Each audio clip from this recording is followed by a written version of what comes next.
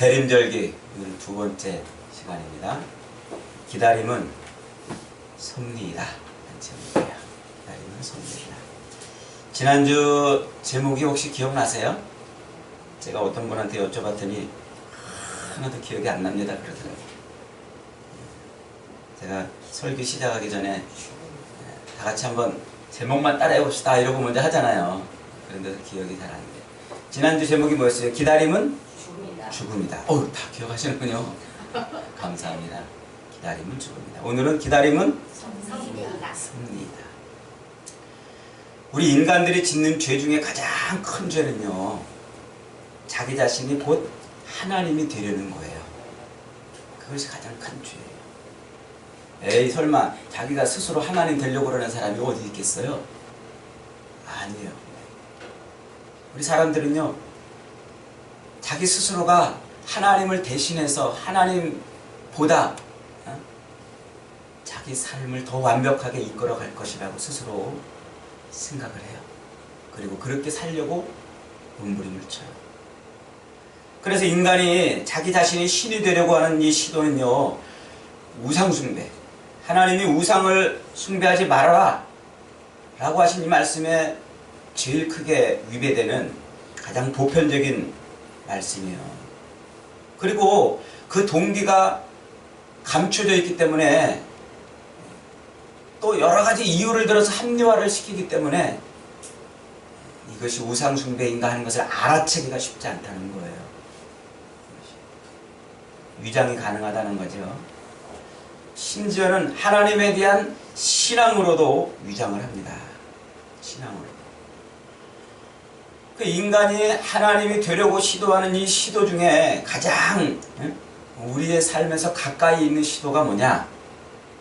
그것은 자기가 자기 인생을 계획하고 노력하면 자기가 원하는 대로 되고 그렇게 될 것이라고 믿는 거예요. 그렇게 될 것이라고. 이게 무슨 말일까요?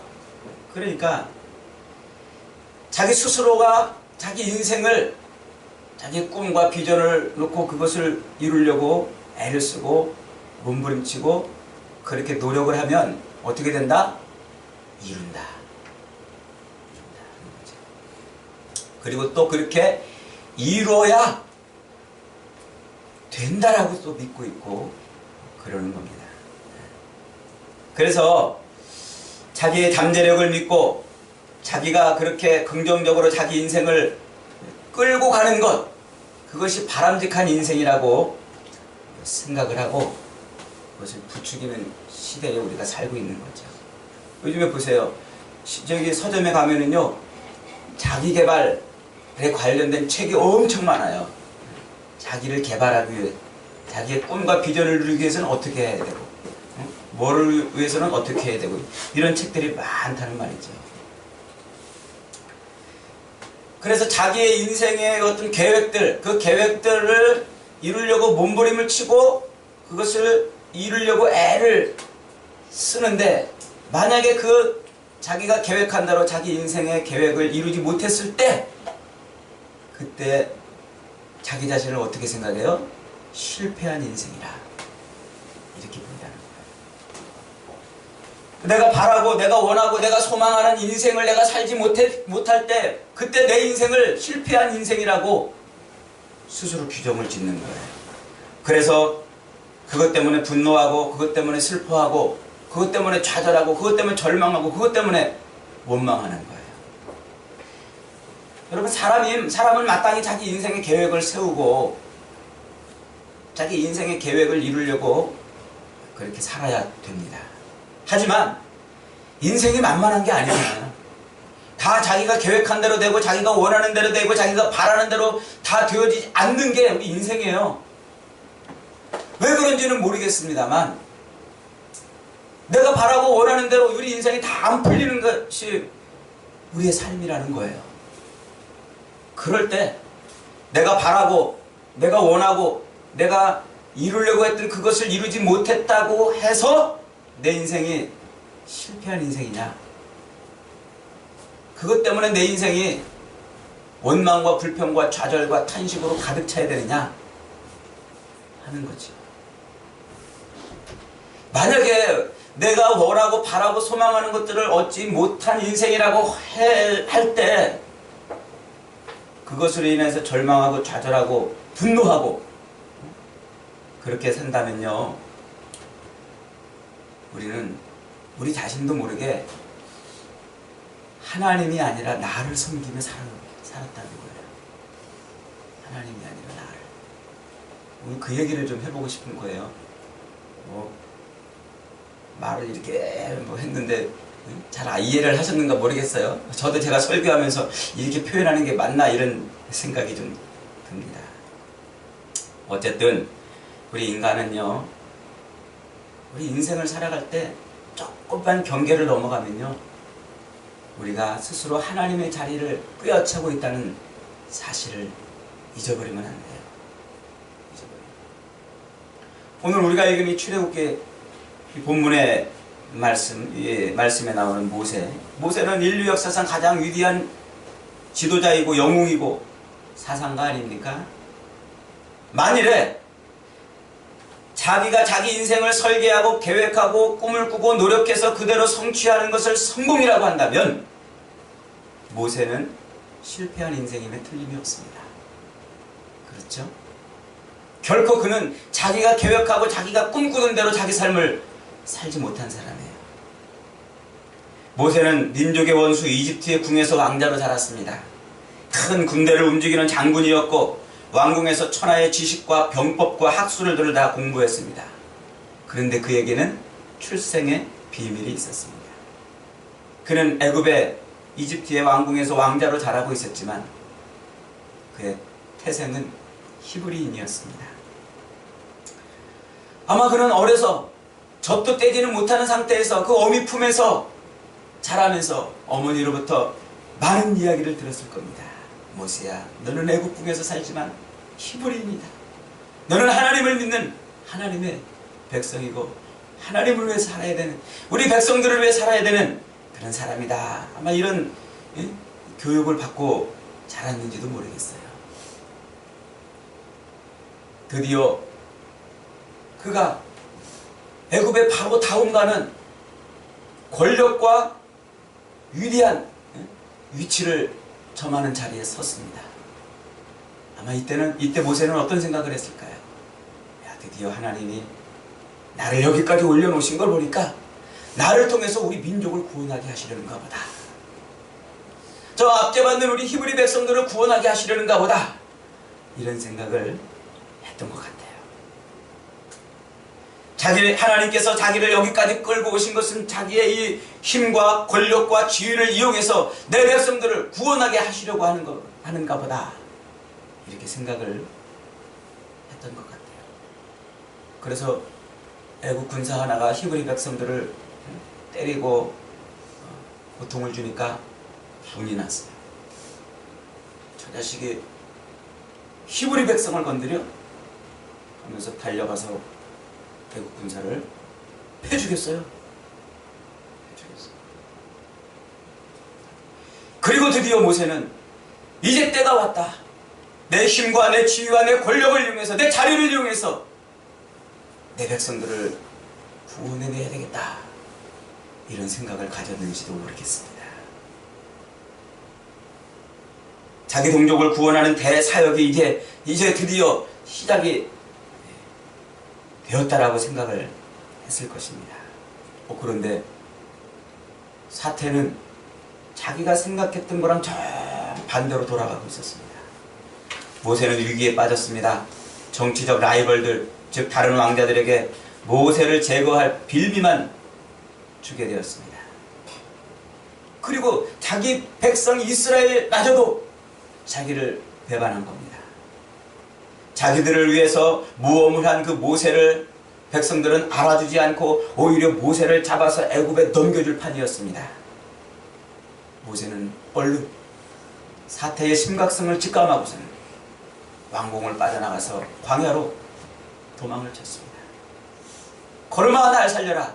뒤도 돌아보지 않고 그는 왕궁에서 광야로 도망을 쳤습니다. 한순간 이집트에 잘 나가던 왕자에서 양치기가 되었던 것입니다. 광야를 헤매고 돌아다니는 양치기가 된 거예요. 자기 인생에 자기의 계획에도 없었고 꿈도 꿔보지 않았고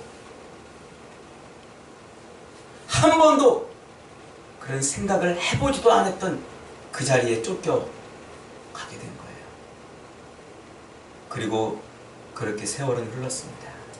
1년, 2년, 5년, 10년. 혹시 이집트에서 자기를 찾는 기별이 오지는 않을까? 혹시 이스라엘 백성들이 몰래 자기를 불러가지고 우리를 좀 구원해달라고 요청하지는 않을까? 하나님께서 자기를 다시 애굽의 왕궁으로 돌려보내지는 않으시려나? 그렇게 1년, 2년, 5년, 10년 기다리던 그 세월이 얼마나 힘들고 얼마나 괴롭고 얼마나 기가 막혔든지 자기가 낳은 자식의 이름을 게르솜이라고 지었어요. 고통 속에서 난 자식이라는 말이죠. 어느 날 잘 나가던 애굽의 왕자에서 광야에서 양들을 치는 양치기로 전락한 그 자기의 인생을 그 아들의 이름에 한마디에 다 담아놓은 거예요. 이 밤에서 자기가 객이 되었다. 그렇게 20년 또 30년 무심하고 잔인하게 흐르는 세월은 그 모세의 자부심도 용기도 꿈도 뭉개버려가지고 광야의 모래에 묻어버렸습니다. 태양처럼 힘있던 그때 가졌던 자기의 모든 계획과 열망을 모세는 다 포기해야만 했습니다. 이제 그는 인적이 뜸한 광야에서 사람들에게 잊혀진 채 냄새나는 양이나 치는 다 늙은 80살 노인이 되었습니다. 그런데 그런 모세에게 오늘 본문에서 하나님이 찾아오신 것은 모세야 모세야. 불이 붙었으나 타지 않는 떨기나무 사이에서 하나님께서 부르셨습니다. 모세는 깜짝 놀랐을 거예요.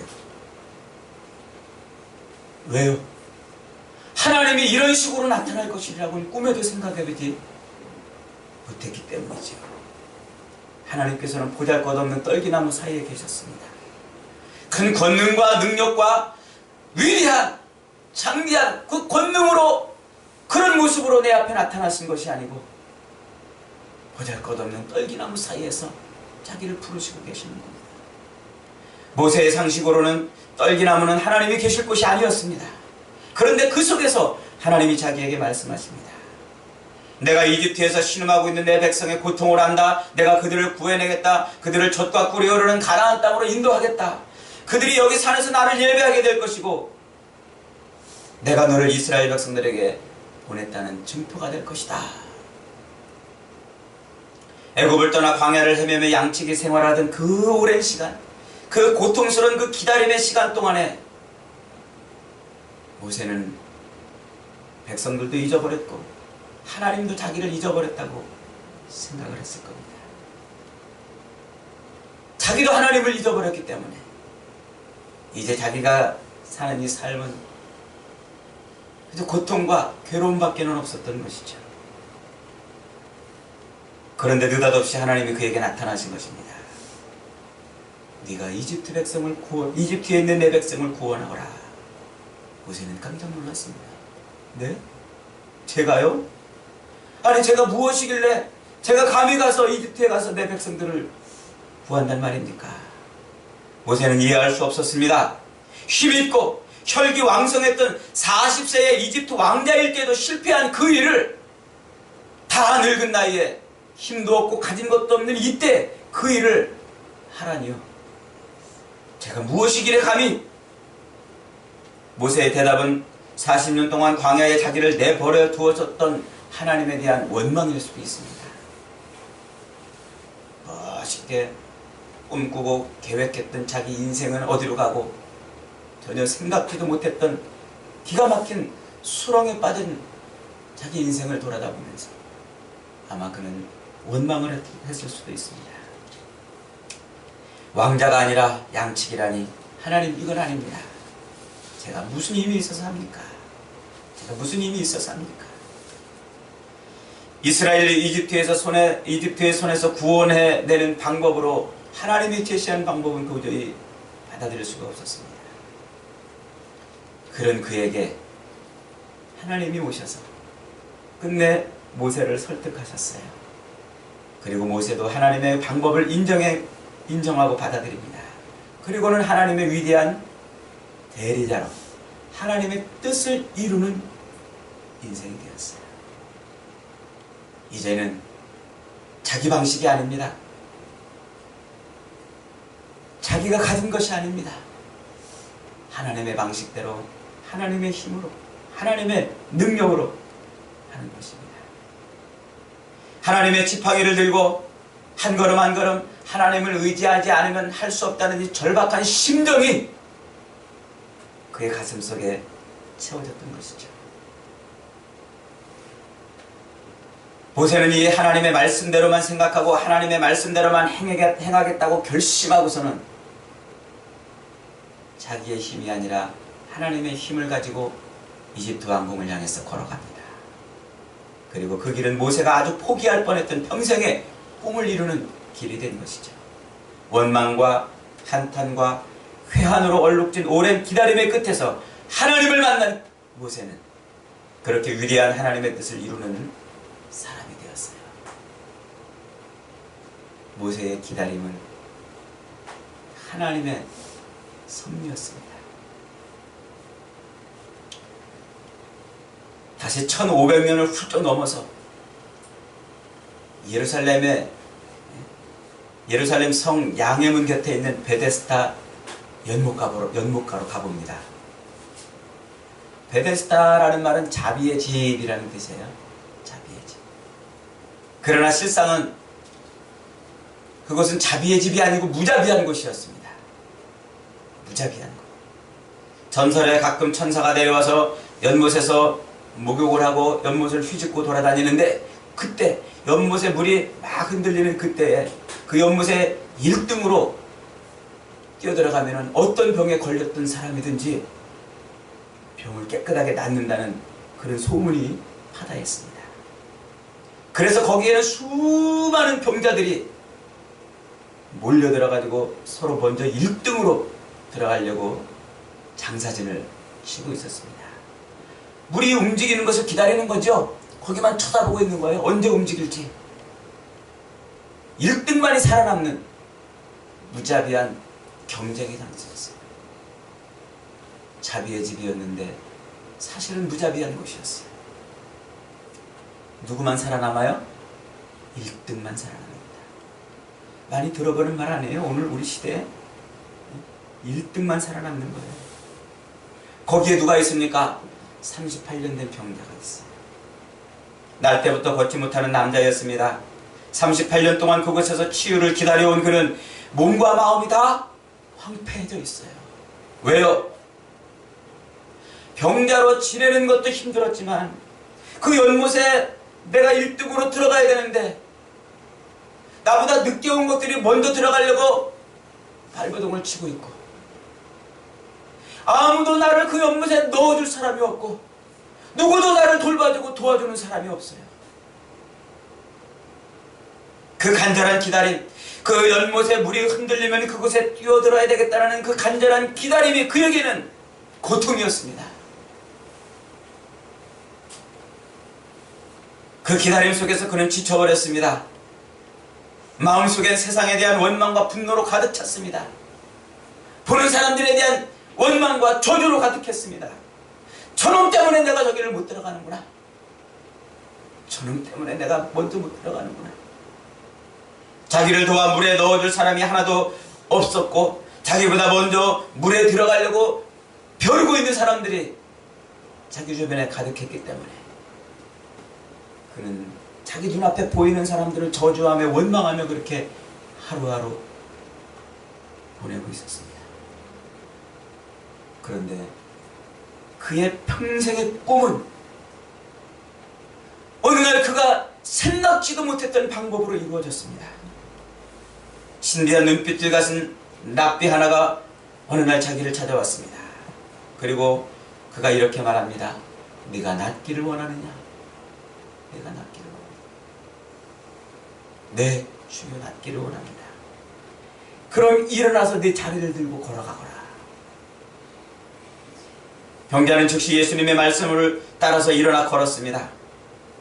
그것은 병자가 평생 눈 빠지게 기다리고 바라던 것과는 전혀 다른 방법이었습니다. 그의 생각엔 연못에 물이 움직여야 되고 거기에 제일 먼저 뛰어들어가야 자기가 낫는 것이라고 생각했습니다. 거기에 모인 수많은 병자들과 그의 가족들과 친구들이 다 그렇게 생각을 했습니다. 그리고 연못에 물이 움직일 때 연못에 일뚝으로 들어가기를 기다리고 또 기다렸습니다. 그 길 외엔 다른 방법이 없었습니다. 그러기 위해서는 자기를 도와줄 사람이 필요했습니다. 그러기 위해서는 누구보다 먼저 그곳에 뛰어들어가야 되는 기회가 필요했습니다. 그런데 자기를 도와줄 사람도 없고 그에게 기회도 생길 것 같지 않아서 그는 분노했고 원망했고 절망했습니다. 그런데 오늘 생각지도 못했던 방법으로, 감히 상상치도 못했던 방법으로 자기의 질병이 치료가 된 거예요. 평생 동안 자기 몸이 낫기를 꿈꾸던 그 꿈이 드디어 전혀 다른 방법으로, 자기가 기다리고 바라고 기대하고 소망했던 방법이 아닌 전혀 다른 방법으로 이루어진 겁니다. 정말 뜻하지 않는 그런 방법으로 그는 평생의 꿈을 이루었습니다. 자기의 계획도 아니었고 자기의 노력도 아니었고 자기가 평생 기다린 것과는 전혀 다른 방법, 다른 길, 그것으로 자기 인생이 변한 거예요. 그것은 기적이고 그것은 은총입니다. 절망으로 끝날 줄 알았던 그 인생, 원망으로 끝날 줄 알았던 그 인생, 그냥 그렇게 연못가에 앉아서 탄식하면서 세월만 보내고 인생을 보낼 줄 알았던 그의 삶이 오랜 기다림 끝에서 예수님을 만나자 기적을 맛보게 된 겁니다. 기다림은 곧 하나님의 섭리입니다. 여러분 생각해 보세요. 세상을 구원하시려고 하나님께서 택하신 방법이 무엇입니까? 저는 어릴 때 그런 생각을 많이 해봤어요. 아니 왜 하나님이 왜 예수님을 십자가에다 매달아 죽이시고는 그분을 믿으라고 그럴까? 지금처럼 탁 나타나가지고 큰 권능과 권세와 능력을 가지고 뭔가 눈에 번쩍번쩍하는 이런 기적을 보여주면 누가 안 믿겠는가? 이런 생각을 많이 해봤었어요. 아니 왜 예수님을 십자가에 달아 죽이시고 우리를 구원하실 거라고 믿으라고 그러는 걸까? 왜 그 방법밖에 없었을까? 여러분, 누가 사람을 구원하기 위해서 하나님께서 사람의 몸을 입고 이 땅에 오셔서 죄수의 신분으로 십자가에 못 박혀 죽을 줄을 생각이나 했겠습니까? 누구도 아무도 생각하지 못한 방법입니다. 그런데 그 방법으로 하나님은 인류를 구원하셨습니다. 오늘 23절에 우리는 십자가에 못 박힌 그리스도를 전하니 유대인에게는 거리끼는 것이요 이방인에게는 미련한 것이로되 오직 부르심을 입은 자들에게는 이것이 하나님의 능력이요 하나님의 지혜니라. 이 지혜는 세상 사람들이 바라고 세상 사람들이 원하고 세상 사람들이 기다리는 방법과 너무나 다르기 때문에 사람들이 그것을 인정하지 못하고 알지 못하는 거예요. 그래서 지혜라고 그러는 거예요. 지혜라. 누가 이해하는 겁니까? 하나님의 성령이 임하는 사람이 그것을 이해하는 거예요. 그 놀라운 방법, 그 기가 막힌 방법, 그 위대한 방법. 여러분, 하나님이 하시는 이 모든 일들은 다 신비해요. 신비. 하나님께서 다스리는 우리의 인생도 다 신비해요. 우리가 다 이해할 수 없어요. 알 수 없어요. 깨달을 수 없어요.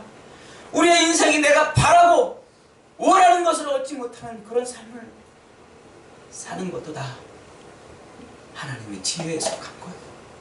지혜. 내가 계획하고 내가 바라는 길로 가지 못할 때 그것 때문에 절망하고 좌절하고 원망하고 불평하고 사는 것이 아니라 이 속에 무슨 하나님의 섭리가 있는지 이것을 깨닫는 지혜를 갖는 것이 그래서 우리에게 중요한 것. 모세는 평생을 통해 그것을 배웠어요. 평생을 통해. 여러분, 왜 하나님이 모세를 택해서 그 이집트 왕자의 그 권세와 힘을 가지고 있을 때 백성들을 구원하도록 쓰지 않았을까요? 저도 이 부분이 굉장히 궁금했어요. 왜 그랬을까? 제가 그 본문을 묵상하고 또 묵상하면서 깨달은 결론은 이거예요. 하나님은 애굽에서 모세를 백성들을 이끌어내는 지도자 수업을 다 하도록 그때까지 기다리신 거예요. 그리고 또 광야로 내보내서 이번에는 광야를 손금 들여다보듯이 볼 수 있도록 준비시킨 거예요.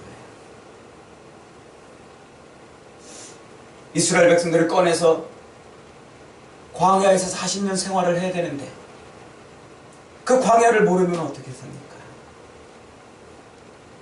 그러니 양떼들을 몰고 다니면서 어디에 물이 있고 어디에 풀이 있고 어디가 위험이 있는 곳인지를 공부하도록 하신 것이죠. 모세의 기다림은 그저 눈물로 보낸 허송세월이 아니었어요. 하나님의 작전이었어요. 하나님의 작전.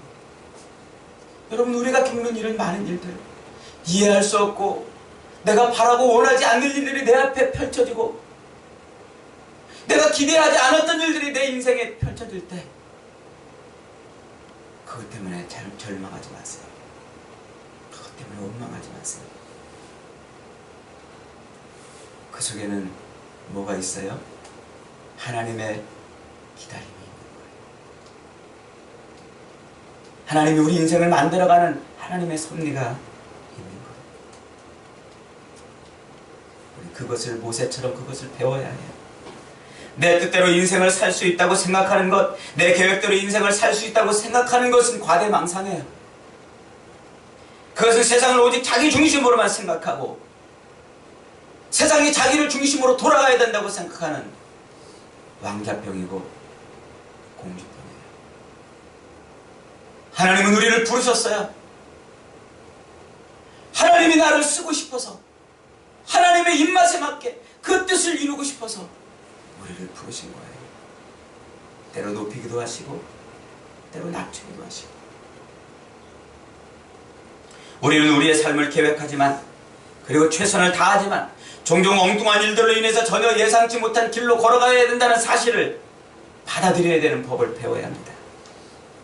우리의 인생은 우리가 눈으로 보는 것보다 훨씬 더 크고 훨씬 더 깊고 오묘하기 때문에 그래요. 훨씬 더 복잡해서 우리의 계획과 노력이 아니라 우연처럼 보이는 하나님의 섭리가 우리의 인생을 이끌어가고 있다는 사실을 인정해야 합니다.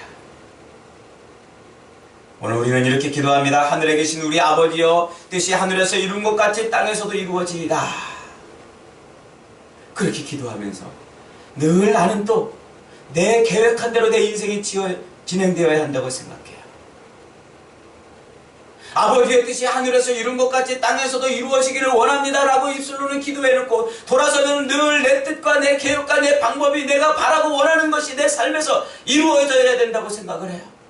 그리고 그것이 이루어지지 않으면 절망하고 그렇게 안 되면 좌절하고 그것이 안 되면 그것 때문에 분노하고 그러는 거예요. 그것이 바로 자만이에요.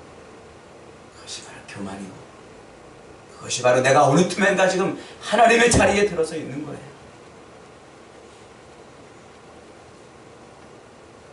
모세는 하나님을 만난 뒤 변했습니다. 하나님의 뜻을 기다려주라는 사람이 된 겁니다. 자신이 지나온 그 모든 기다림의 세월들은 하나님의 뜻이 이거져가는 시간들이었다는 것을 그는 하나님을 만나고 사실 깨달았습니다. 자기가 계획했던 방법이 아닌 더 위대한 하나님의 방법이 있음을 그는 하나님을 만나고서 알게 되었습니다. 38년 된 병자는 예수님을 만나고 고침을 받았습니다. 그 오랜 세월 동안 연못가에서 기다리며 자기를 연못에 넣어줄 사람이 없어서 원망하고 자기보다 훨씬 뒤에 온 사람이 먼저 연못에 뛰어들어가는 저 정글 같은 세상 속에서 사람들을 향해서 저주하고 분노하고 불평하고 좌절만 하고 있던 그런 삶 속에서 주님을 만났어요. 주님을 만나고 보니까 자기가 지금껏 기다리며 바라고 소망했던 방법이 아닌 전혀 다른 방법으로 자기 인생을 고쳐주셨습니다. 자기가 생각하고 자기가 고집했던 그 오랜 기다림이 얼마나 허망하고 허무한 것인가, 그것을 예수님을 만나서 깨달은 것이죠. 여러분, 우리 인생 중에는 우리가 계획하고 도전하고 모험해야 하는 부분이 있습니다. 하지만 우리는 우리 인생의 주인이신 하나님의 감추어진 뜻이 무엇인지를 보려고 하는 열망도 있어야 돼요. 왜냐하면 내 인생의 주인은 내가 아니기 때문입니다. 내 인생의 주인은 하나님이시기 때문입니다. 그래서 우리는 때론 기다려야 하고 때로는 숨죽이고 엎드려야 합니다. 그 기다림 속에 하나님을 바라고 있으면 하나님은 우리 인생을 하나님의 뜻대로 만들어 가시는 거예요. 지루하고 속상하고 애가 타기도 하겠지만 그 기다림 속에서 주님을 만나면 우리 인생엔 기적이 일어나는 겁니다. 우리의 기다림은 세상을 완벽하게 운행하시는, 그리고 우리의 인생을 가장 정확하게 이끌어 가시는 하나님의 섭리가 작동하고 있는 시간이기 때문입니다. 누구도 상상하지 못했던 방법으로 아들을 십자가에 매다는 기가 막힌 방법으로 온 인류를 구원하신 하나님께서는 지금도 기가 막힌 방법으로, 감히 내가 상상치도 못했던 방법으로 내 인생을 쓰기를 원하고 계시는 겁니다. 사랑하는 여러분, 성도란 하나님의 지혜와 비밀과 뜻이 내 삶 가운데서 이루어지기를 기다리며 사는 사람이 성도입니다. 하나님께서 그렇게 하시려고 우리를 작정하시고 택정하시고 부르셔서 오늘 여기까지 끌고 오셨어요. 그러므로 내가 세상에서 바라고 원하는 것, 소망하는 것, 이루고 싶은 것, 내 꿈을 이루지 못했다고 해서 좌절하고 절망할 이유가 없어요. 그것 때문에 탄식하고 원망할 이유가 없어요. 주님이 내 인생에 오시기만 하면 내가 상상하지도 못했던 방법으로 내 인생은 변화되기 때문입니다. 이것이 너무나 비밀스럽고 신비하여 때로는 받아들이기 어렵고 고통스럽지만 모든 것을 합력하여 선을 이루시는 하나님의 능력이 분명히 역사하기 때문에 우리가 오늘 그 믿음을 갖고 사는 것 아니겠습니까? 사랑하는 여러분, 내가 바라는 것을 이루지 못했다고, 원하는 것을 얻지 못했다고 실패한 인생도 아니고 그것 때문에 좌절하고 절망할 이유도 없습니다. 우리 인생의 모든 삶은 내 기다림이 아니라 하나님의 기다림이 있기 때문입니다. 나를 여기다 패대기 치시려고 여기까지 나를 끌고 오신 것이 아니고 나를 쓰시고 싶어서 여기까지 나를 끌고 오신 것이기 때문입니다. 인생의 기다림 끝에서 내 인생을 들어쓰시는 하나님을 붙들고 하나님이 역사하시는 기적을 맛보는 은혜가 있기를 축원합니다. 그래서 매일매일 매 순간순간마다 우리의 인생을 붙들어 역사하시는 하나님의 능력을 체험하여 기다림 속에 섭리하시는 하나님의 섭리의 그 놀라우신 인생을 다 살아가는 저와 여러분 되시기를 주님의 이름으로 축원합니다.